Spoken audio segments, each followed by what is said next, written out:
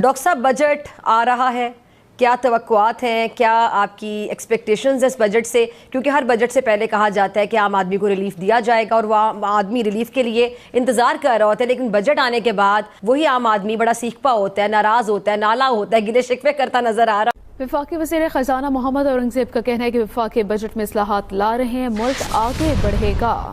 سب مان رہے ہیں ملکی معیشت میں استحکام آیا، ایک ہی رات میں سب ٹھیک نہیں کیا جا سکتا۔ سیلریڈ سٹرکچر رکھیں، یہ تب تک تو ٹھیک تھا جب فنڈ میں جانا تھا، ہمیں ایک 40% کا جمپ کرنا تھا ایف پی آر میں، ایف پی آر نے 28% کا جمپ کر دیا۔ دیٹ از ریزنیبل ہوتا ہے کہ اس میں میرے لیے کیا تھا؟ دیکھیں، ایک بات تو پہلے ہمیں ڈیسائیڈ کر لینی چاہیے کہ بجٹ جو ہے یہ حکومت کے لیے بنتا ہے، عوام کے لیے نہیں بنتا۔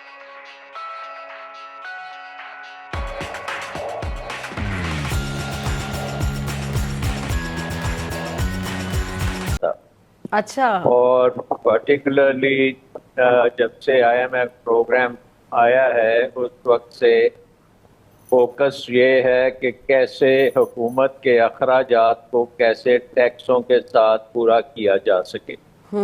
تو اس میں عوام کا تو کوئی حصہ ہے ہی نہیں ادر دین کہ عوام نے ٹیکس دینے ہیں اور حکومت نے ٹیکس لینے ہیں اور اپنے اخراجات پورے کرنے ہیں۔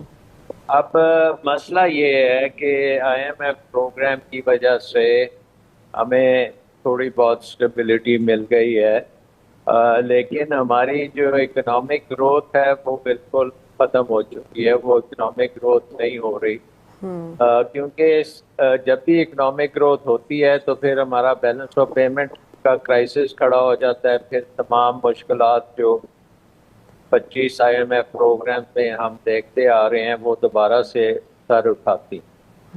تو ایک تو یہ ہے کہ یہ بجٹ حکومت کے لیے ہے۔ دوسری چیز جو ہے بہت امپورٹنٹ اس سال کی وہ یہ ہے کیونکہ ہمارا ہندوستان سے ابھی جنگ ہوئی ہے 4 دن کی، جو بڑی مہنگی جنگ ہے، اور اس کے جو اخراجات ہیں وہ بھی اس بجٹ میں آئیں گے، اور جو پھر ڈیفنس کے لیے ہمیں ایکسٹرا کام کرنے کی ضرورت ہے، اپنے ایئر ڈیفنسز کو بہتر کرنے کی ضرورت ہے، کیونکہ ہندوستان نے پاکستان پہ ٹوٹل چڑھائی کی ہے اور اس نے کسی کا پرواہ کیے بغیر، کسی ایویڈنس کے بغیر پاکستان پہ حملہ کیا ہے، اور پاکستان کو اپنا دفاع کرنے کے لیے بہت کچھ کرنا پڑا ہے اور وہ بڑے اخراجات اس میں ہوئے۔ تو اس سال کے بجٹ میں ڈیفنس کے بجٹ کو بھی بہت اضافہ ہونے کی ضرورت ہے، آئی تھنک بہت امپورٹنٹ ہے کہ اس میں اضافہ کیا جائے۔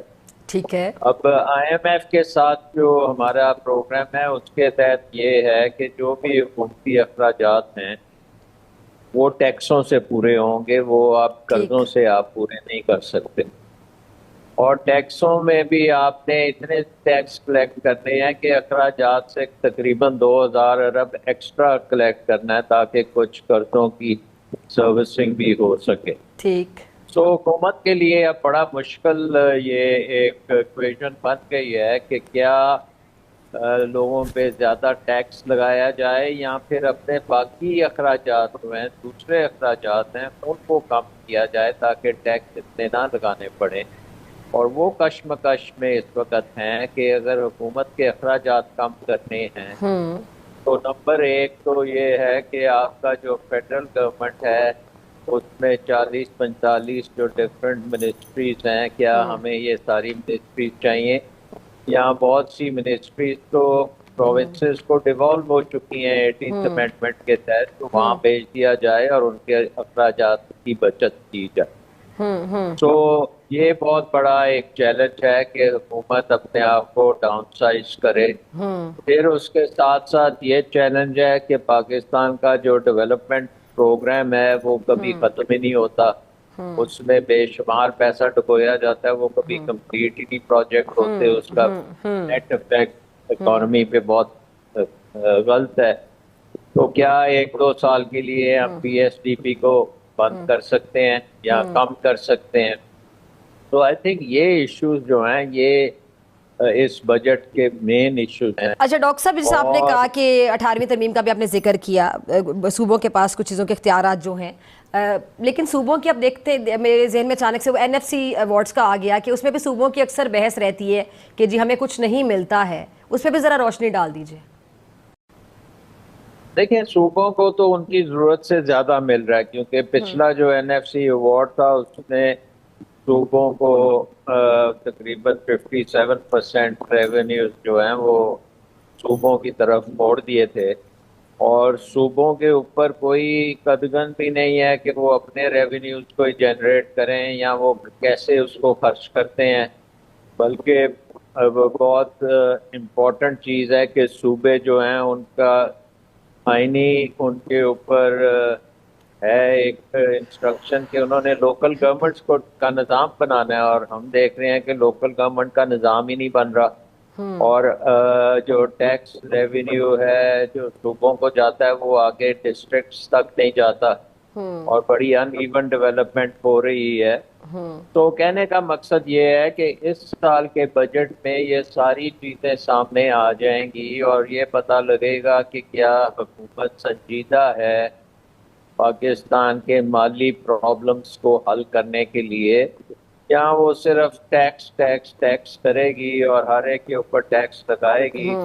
اور وہ ٹیکس لگانے سے ہمیں پتہ ہے کہ آلریڈی پاکستان کا انویسٹمنٹ کلائمیٹ تو بہت خراب ہوا ہے. ایک تو بہت انتشار ہے، پولیٹیکل پولرائزیشن ہے، اب انڈیا سے بھی جنگ ہے، سو انویسٹمنٹ فورن انویسٹمنٹ آنی بھی بڑی مشکل ہے، لیکن ہمارے اپنے لوگ جو ہیں وہ بھی انویسٹ نہیں کر رہے، ٹھیک، کیونکہ وہ پریڈکٹ نہیں کر پا رہے کہ اگلے 5-10 سال کوئی ماحول ایسا بنے گا جس میں ان کی انویسٹمنٹ جو ہے وہ کوئی ریٹرن دے سکے گی. بٹ اب وقت یہ ہے کہ جو ٹیل ونڈز ہیں both the fund and the authorities have to understand, right?